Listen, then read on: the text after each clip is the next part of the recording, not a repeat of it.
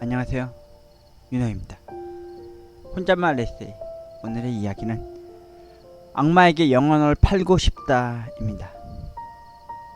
오 파우스트여, 파우스트여, 제발 제 영혼을 사가 주셔서, 그리고 이 생에 있어서 저에게 크나큰 더 이상의 시련과 고통이 없을 수 있도록 이 물질 만능주의 사회에서 돈 걱정 없이 살아갈 수 있도록 도와주시옵소서라고 빌어보고 싶습니다. 원래 그러면 안 되는데 하나님과 때로는 돌아가신 아버지에게 기도하고 또 기도하며 염원하고 또 소원했고 희망을 했고 최선을 다해서 부지런히 노력을 하다 보면은 어느 날 좋은 날도 오고 큰 거 한 방 터지거나 쨍하고 해뜰 날이 저에게도 올 거라고 굳게 의심하지 않고 믿었습니다. 하지만 요즘 이 물질 만능주의 세상은 어떻습니까? 최선을 다하고 부지런히 다한다 하면은 그걸 이용해 먹고 그걸 역이용해서 뒤통수 까는 세상 아닙니까? 아울러 없이 살고 또 힘들어하고 고통에 시름을 앓고 있으면 보는 채 많지 합니다. 내일이 아니까 남의 일처럼 이렇게 그런 안타까운 시선과 매몰차게 모른 척하고 살아가는 현실 아닙니까? 그런 저에게 있어서 악마는 어김없이 속삭입니다. 나랑 같이 함께 가자며 극단적인 선택 아닌 선택을 하게끔 하는 여러가지 다양한 방법들을 저에게 이야기해줍니다. 목을 매단다든지 아니면 약을 먹고 숙면에 취한다든지 아니면은 손목에 동맥을 끊는다든지 아니면은 번개탄을 피워서 그 연기에 마셔서 질식사를 한다든지, 그리고 우리나라 대표적인 강으로서 유명한 한강에 가서 그 찬물에 몸을 던진다든지, 그 여러가지 방법들이 있지 않습니까? 자살도 큰 범죄라고 하지 않습니까? 하지만 전 자살하면 제일 무서운 게 뭔지 아십니까? 딱 두 가지가 마음에 걸리더라고요. 하나는 자살하게 되면은 구천을 떠돌게 된다는 그런 말, 하나님도 하늘에서도 더 이상 받아주지 않는다는, 그리고 두 번째로 걸리는 거는 제가 가고 난 후에 남게 될 나의 어머니와 그리고 여동생과 조카들, 그리고 저를 알고 지냈었던 휴대폰 속에 이제 몇 안 되는 사람들, 그 사람들이 저 때문에 고통하고 싫어 알 걸 생각하니까 차마 그렇게 됐으면 하고 싶진 않더라고요. 그래도 가끔 이런 생각합니다. 제가 아직 썰러는 안 풀었지만 예전에 악마한테 속으로 기도를 하고 또 빌었던 적이 있었습니다.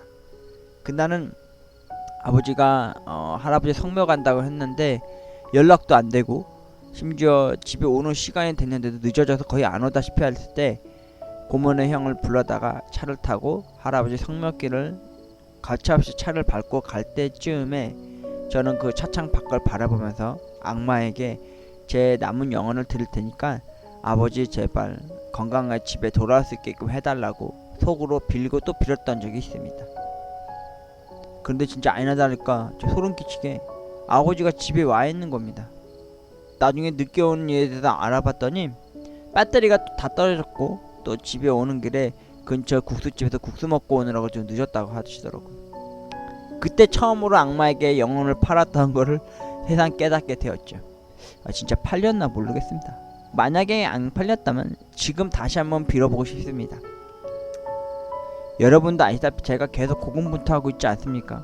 또 요즘 코로나19다 뭐다 해가지고 제가 알바 자리를 최근에 와서 좀 뒤늦게 깨달은 제 자신이 참 원망스럽고 제 무기력함과 무능력함, 때로는 이 게으름 때문에 어머니는 더 고통받고 그 고통받는 모습이 제 눈앞에 비춰주었을 때 저는 더 이상 이대로 살면 안 되겠다라는 생각을 다짐하게 되었죠. 그래서 어머니가 아침 드라마 다 보시고 주무시러 방에 잠깐 가셨을 때 유튜브 업로드를 위해서 했었던 노트북이 아닌 오늘은 알바몬이라는 홈페이지에 가가지고 제가 할 줄 아는 게 뭐겠습니까? 편의점 알바 아니겠습니까? 아울러 세븐일레븐 편의점 알바 15년 경력자로서 당당하게 알바몬의 문을 두드렸고 세븐일레븐 편의점을 저희 동네 지역 쪽으로 해서 일단 성북구 지역 쪽으로 해서 훑었습니다. 근데 하나도 없더라고요. 강북 지역에도 아예 없더라고요. 대신 강남 쪽엔 넘쳐나더라고요. 마포구, 강남구, 뭐 용산구, 용인 이렇게. 근데 막상 다 훑어는 봤는데 발목을 잡는 게 딱 하나가 있더라고요. 나이였습니다. 나이. 20살부터 35살까지. 그 뒤에 또 뭐라고 써있는지 아십니까? 35살 이후부터는 면접 불가 이렇게 써있더라고요. 참. 여러분도 알다시피 제가 15년을 편의점 알바 일하면서 제 나이 27에 편의점에 처음 입문을 하게 됐고, 그의 나이 저 편의점 알바를 그만뒀다가 다시 했다가 그만뒀다가 다시 했다가를 연이어 했습니다. 그 이유가 점주가 계속 바뀌었기 때문입니다. 한 곳에서 2년에 한 번씩 아니면 1년에 한 번씩 매년 겨울 때만 되면 눈이 오는 날이면 오늘 왠지 잘리지 않을까? 오늘 그만두게 되지 않을까? 라는 불안한 마음이 돌았죠.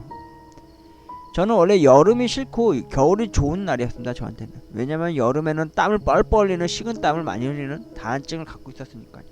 차라리 추운 겨울날을 좋아했었던 저였는데 이제는 그 겨울날도 싫어지게 됩니다. 겨울날은 눈발이 날리는 그 한 해 때가 됐을 땐 항상 편의점을 제 스스로가 아닌 편의점 점주가 교체된 이에 의해서 나 스스로 나올 수밖에 없었던 그런 걸 무려 8번은 아닌 9번을 경험을 했고요. 다시 재취업까지는 제가 어떤 마음을 갖고 일했는지에 대해서 목표를 제대로 세웠구나는 걸 그때 깨달았습니다. 그게 뭐였냐면은 사람은 사람을 남기는 장사치가 돼야 된다라고 하는 상도라고 하는 드라마에서 배운 상도에 관한 이야기였습니다. 근데 저는 어김없이 자주 찾아오시는 단골 손님분들과 혹은 그 건물에 살고 계시는 건물주에 의해서 추천을 받았고, 저는 그럴 때마다 편의점에 다시 가서 면접을 보게 되고 또 이제 취업이 돼서 그 점주님과 의기투합해서 부지런히 편의점에서 오래 남을 수가 있었습니다. 한마디로 평생 직종 아닌 평생 직종이 되었죠. 그렇게 생활한 지가 연 12년이 지났는데 그 와중에도 저는 어김없이 로또를 하는 중이었고 편의점 일도 끝까지 할 수 있을 줄 알았습니다. 그러던 어느 날 어느 한 남자 손님이 불현듯 저한테 와서 그러더라고요. 여기서 되게 오래 일을 하시네요. 신기하네요. 이런 식으로 말 흘기면서 가시더라고요. 제가 그때 그 손님 보내고 나서 투덜투덜 됐습니다. 아니 편의점에서 알바 일을 오래 하는 게 뭐 잘못된 건가? 그런 마음을 갖고 있으면서 평생 직장이 될 것 마냥 그렇게 버틸 수 있을 줄 알았습니다. 그런 사이에 수많은 알바생들도 제 곁에서 스쳐 지나갔고, 그 중에는 군대 간 사람도 있었고, 그 중에는 이제 결혼해서 편의점 일을 그만두는 사람도 있었습니다.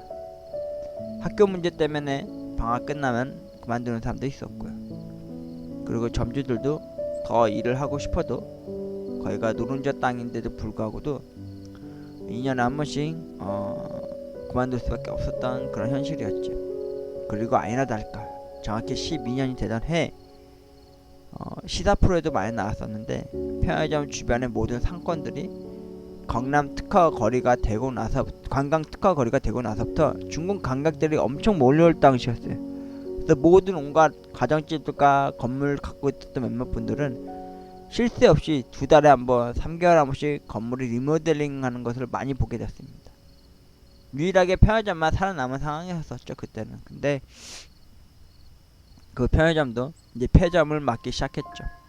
건물주가 너무 무분별하게 보증금을 올려받고 그리고 점주를 고소하고 고소장자까지 붙으면서까지 일을 했거든요. 그 전전에도 건물주하고 그렇게 사이가 안 좋거나 그러지는 않았거든요. 근데 어느 순간 공공의 적이 돼버린 겁니다. 본사에서도 사람들이 나와서 다시 면담하고 상의하고 그래서 다시 이제 일을 할 수 있을 줄 알았는데 그러지 못하게 되었죠. 그날 마지막으로 간판이 뜯겨 나가고 모든 짐들이 밖으로 다 빼어져 있을 때도, 그때도 겨울철이었고 12월에 그날 눈과 은행 이파리가 같이 하늘하늘 같이 떨어질 때였어요. 집에 돌아오는 길에 참 착잡했죠.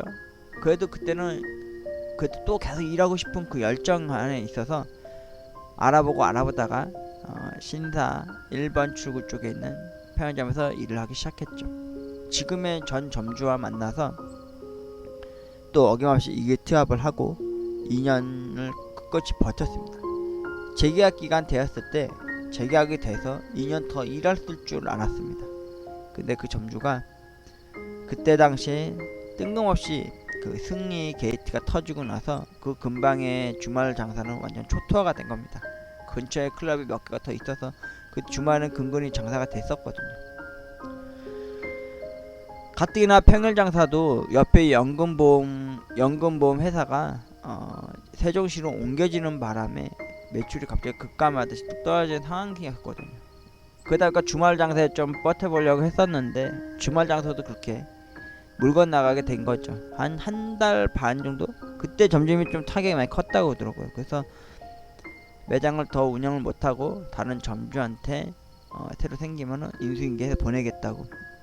그 와중에 이제 아버지가 돌아가셨고, 그리고 그 와중에 저는 그 편의점에서 더 일을 할 수 있는 학잡을 받고 다음 새 점주님과 마주하게 되었을 때 저는 그분에 의해서 어쩔 수 없이 자신들과 마음이 맞지 않다는 말과 함께 저는 어김없이 또 길거리로 내쳐졌습니다. 그곳에 단골분들, 자주 오신 분들한테 한 달 전부터 미리 인사를 해드렸고요. 좀 안타까움, 아쉬운 마음을 토로하기도 했죠. 근데 그런 게 있습니다. 1년이 딱 진짜 저는 편의점에서 1년을 딱 일하기 시작하면요, 정이 들어요. 그리고 그 공간을 사랑하게 됩니다. 제 방 못지않게요. 그리고 그곳에서 만나서 6개월, 7개월, 때로 1년 지난 근무자들을 만나게 되면 너무 친해지는 겁니다. 뭐 이성적으로 사랑하는 마음으로 그런 식이 아니라 동료애가 되게 깊어지는 감을 많이 느끼게 되더라고요. 그 어느 누구하고 쌉소리나 잔소리나 헛소리를 늘어놓고 펼쳐보겠습니까? 항상 그래서 다른 근무자가 오면요, 돈 맞추는 동안에 전 옆에서 계속 혼잣말로 주저리 하고 있습니다. 그 이야기를 다 들어줄지 안 들을지 모르면서 말이죠. 저는 오늘 2가지 일을 했습니다.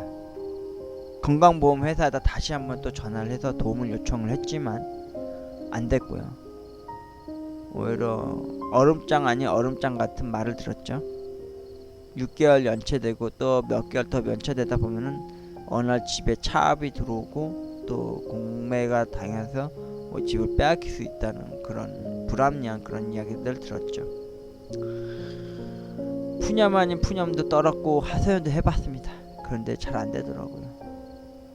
그리고 2번째로 한 일은 오늘 진짜 오랜만에 어머니의 눈빛과 어머니의 시선과 어딜 쳐다봐야 될지 모르는 그런 흔들릴거리는 시선과 그리고 잠 못 제대로 못 이루는 어머니를 보면서 이러면 안 되겠다, 좀 더 뭔가를 더 해봐야겠다는 노력한 마음으로 편의점 알바를 또 알아보려고 알바몬이라는 홈페이지도 뒤적뒤적 거렸는데 요즘 코로나다 뭐다 때문이라 그런지 제가 그나마 좀 가까운데 차비라도 좀 아껴볼까 해서 집 근처를 다 훑어봤는데 다 없더라고요. 구인구직이 거의 제로였습니다. 그나마 있었던 데라고는 강남권하고 용인, 마포 쪽이었는데 그 나이 제한이 참 애매하더라고요. 나이는 진짜 숫자에 불과한데 말이죠. 20살부터 35살까지만 면접. 그 뒤에 또 연이어 써있는 게 35 이후살부터는 면접 불가 이렇게 써있더라고요. 여러분도 아실까 모르겠지만 저 생각으로 나이에 비해서 생각으로 동안입니다. 진짜 남들한테 많이 그런 얘기 많이 듣고 살았습니다. 아유, 할 줄 아는 게 도둑질이라고 할 줄 아는 편의점 그렇게 알아보고 다녔는데 참 안 되더라고, 맘 내키요. 그리고 누구한테 소원을 벌려보고 또 부벼도 보려고 해봤지만 그게 또 딱히 안 되더라고요. 그리고 여러분들 알다시피 저는 통곡의 벽에서 항상 새벽마다 그 이웃의 창가에 비치는 붉은 네온산의 십자가를 올려다보면서 기도를 하죠. 그리고 아버지가 있었던 이 방 문고리를 붙잡고서 이마를 맞대고 아버지한테 또 편지 쓰듯이 이야기를 하고 삶에 있어서의 고단함 그리고 불확실한 이 미래를 살아가야 하는 이 현실 속에서 돈 걱정 없이 살 수 있게 해달라고 아버지한테 조직도 이렇게 빌고 있었습니다. 참 부끄러운 아들이죠. 돌아가신 아버지 앞에서 또 불효를 저지르고 있으니 말이죠. 아이고, 그리고 오늘 마지막으로 800원을 써서요 육개장 사발면 하나 사와서 ASMR을 했습니다. 마지막 만찬이 되었습니다. 이젠 집에서 먹을 거라고 겨우겨우 남은 쌀자루에는 쌀과 그리고 보리찬물 그리고 편의점 다닐 때 먹었었던 껌 서너 알 그리고 타이레놀 하나 남았습니다. 이제 두통이 오면은 이제 이 두통 어떻게 잠재워야 될지 모르겠습니다. 저도 원래 평생 먹어야 될 혈압약을 먹어야 될 그런 병을 앓고 있는데 아버지 돌아가신 이후에 제가 앓게 된 게 고지혈증과 그리고 고혈압이었습니다. 그때 아버지 돌아가시기 전까지만 해서 돌아가실 때까지만 해도 200 몇이었거든요. 지금 다시 재보면은 아마 그 정도 나오지 않을까 싶은 걱정 아닌 걱정이 들더라고요. 가끔 이제 동네 병원 가게 되면요 저한테 물어봐요 간호사가. 아니 왜 혈압약 지우러 안 오시냐고. 차마 돈 없어서 못 온다고 할 순 없잖아요. 한 달 그 혈압비가 5만원이 넘더라고요. 아이고, 고지혈증에 간 기능 개선약에 혈압약에 이렇게 세 가지를 먹고 있는데 벌써 한 2달 먹었었던 것 같은데 지금 안 먹은 지가 4개월 됩니다. 작년에 먹기 시작했으니까. 그러니까 어머니 따라 저도 이제 평생 먹어야 될 혈압약을 먹어야 되는데 돈이 없으니까 그냥 타이레놀 2,500원짜리 하나 사갖고 와가지고 하나씩 머리가 아플 때만 먹습니다. 뭐 아플 때만. 매일같이 안 아플 때 먹는 게 아니라. 근데 오늘도 건강보험 그 얘기 상담 듣고 나니까 머리 뒷목이 너무 땡기고 아파서 타이레놀 하나가 컨피던스라고 하는 드링크 ASMR을 하면서 같이 약을 먹었습니다. 지금 좀 덜 아픈데요. 그래도 완전히 안 아픈 게 없어지지는 않습니다. 여러분 지금 코로나19 사태 때문에 말도 많고 탈도 많죠. 저랑 다른 세상에 살고 있는 것 같아요. 오늘도 어머니 여동생네에서 데리고 왔을 때 어머니 그 뜬모를 그 시선 처리와 그리고 어머니의 그 긴긴 한숨 소리와 그리고 잠자러 들어가셨어도 새벽에 틈틈이 나오셔서 화장실 들락날락 하시는 거 보면은 걱정거리가 진짜 많구나 라는 걸 많이 깨닫게 됩니다. 나이 42살에 할 일도 많은데 왜 그렇게 찔찔 짜냐 그러시겠는데 글쎄요, 용기도 없고 자신감도 없고 결여되어 있고 그러다 보니까 막막하게 그지없는 겁니다. 그럼에도 불구하고 그래도 최선을 다하고 노력하면 그래도 하나쯤은 잘 되지 않을까 싶어서 지금 유튜브 한지도 어느덧 2달이 다 접어들고 있는데도 따로 딱히 구독자 수가 는다든지 조회수가 늘지도 않습니다. 그렇다고 해서 편의점 알바만으로 할 수 있는 컨텐츠만 하다가 어렸을 때의 그 추억 이야기도 가끔 꺼내보기도 하고요.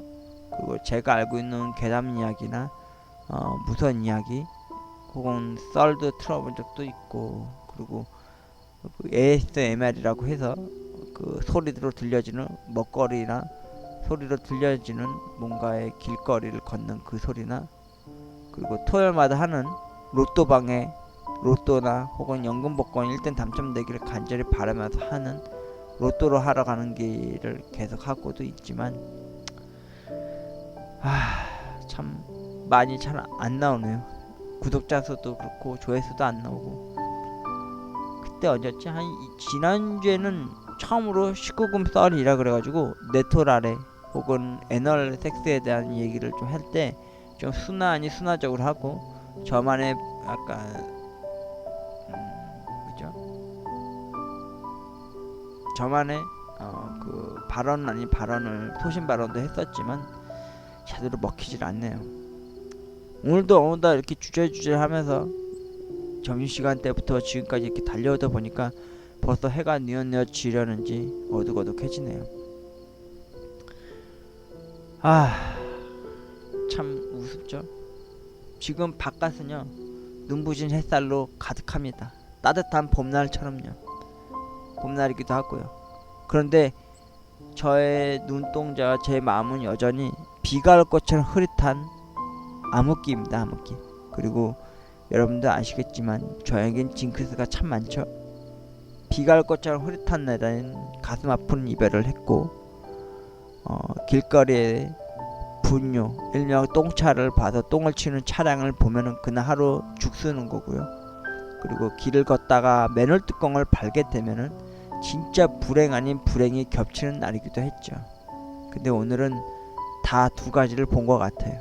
맨홀 뚜껑까지는 밟지 않았지만 등 뒤로는 따사로는 봄 햇살이 비치는데 그 앞에 비춰지는 하늘빛은 비가 올 것처럼 흐릿했고요.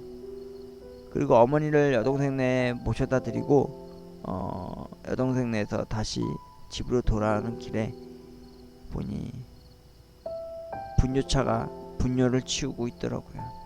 냄새가 약해서 싫은 게 아니라 이상하게 분뇨차만 보면 그날 하루 그냥 죽을 쓰는 느낌이 들더라고요. 그리고 집에 돌아오는 길에 다행히 저는 요리조리 맨홀을 잘 피했기 때문에 더 크나큰 불행은 나타나진 않았지만 아이고 지금 너무 힘듭니다. 여러분 온갖 공공기관에다가 다 SOS를 쳤어요. 도와달라고, 생계급여 받을 수 있게 해달라고, 아니면은 건강보험료 차감될 수 있는 그런 것도 좀 해달라고 다 했는데 아무도 제 목소리야 제 귀에 담아 들어주진 않더라고요. 그러다가 전에 이래서 알고 지냈던 지인들이랑 전화통화하면서 이런저런 담화 이야기 하는 것 같지 않은 하는 이야기만 하다 보니까 얼추 제 하소연과 제 푸념만 떨었던 것 같아서 참 그분들한테 너무 죄송하더라고요. 누군가 그랬습니다. 아유 나이 그렇게 먹었으면 결혼해서 아이도 있어야 될 법한 사람인데 아직도 편의점 알바나 하고 있냐고, 아직도 돈도 못 벌고 있는 그러고 있냐고. 맞는 말입니다. 근데 누가 그러잖아요. 결혼은 이제 선택 필수가 아니라 선택이라고. 저도 그렇게 생각합니다. 누가 그러더라고요. 자신한테 몇백억 몇십억이 있으면 결혼 안하고 그 돈 갖고 평생 즐겨하면서 살고 싶다고. 저도 그럴 때가 있었습니다. 그런 마음가짐과 그런 상상, 그런 환상을 가지고 있을 때가 있었죠. 꿈이기도 했지만요. 6, 7층에 복층식 건물을 지어놓고요. 1층에는 여동생을 위한 커피숍 하나 차려주고 맨 꼭대기층엔 어머니 사실 집 하나 방 한 칸 집 마련해주고 그 옥상에다는 하단 키울 수 있는 하단 하나 만들어드리고 그 다음 층에는 제가 살고 또 그 다음 층에는 여동생과 쌍둥이 조카들과 매제가 사는 곳이 되었으면 하고 나머지 두 군데 층수에서는 세입자를 둬서 새를 받아먹으면서 사는 그런 꿈같은 꿈을 꿔본 적이 있습니다. 지금은 어떤지 아십니까? 진짜 이런 바램, 이런 기도를 매년 15년 동안 편의점 알바 일 끝나고 돌아오는 주말 그 길거리에서 로또 2등 당첨 잘 나온다는 곳에서 1등 당첨되길 간절히 바라며 혹은 2등이라도 됐으면 하는 바람으로 로또를 했었습니다.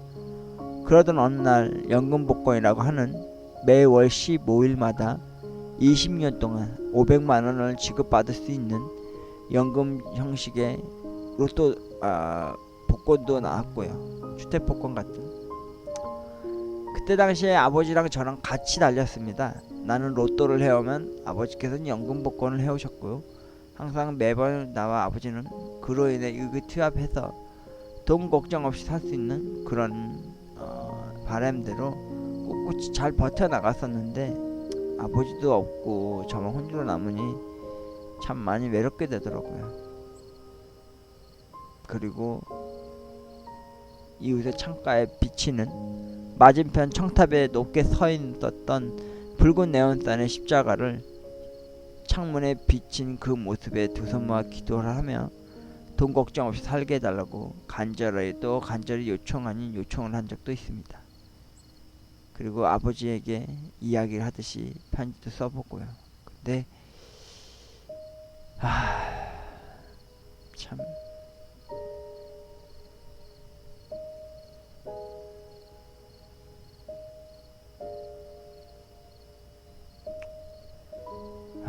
여러분, 저는 지금 이제 더 이상 갈 곳이 없습니다. 악마에게 영혼을 팔고 싶습니다. 악마, 영혼을 가져가는 김에 그나마 지금 남아있는 이 생에 조금이나마 잠시나마라도 걱정 없이 살아가고 싶은 게 간절한 겁니다. 악마요, 들리시나요? 악마, 나의 영혼을 드릴 테니까, 내 남은 영혼을 드릴 테니까 돈 걱정 없이 살 수 있도록 로또 1등이나 아니 연금복권 1등 또 당첨돼서요, 돈 걱정 없이 살아갈 수 있도록 제발 좀 도와주십시오.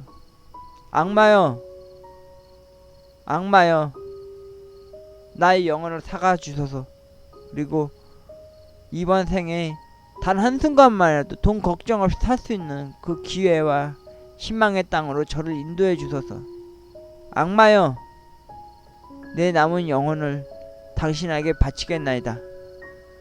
이번에는 확실히 당신에게 바라겠으니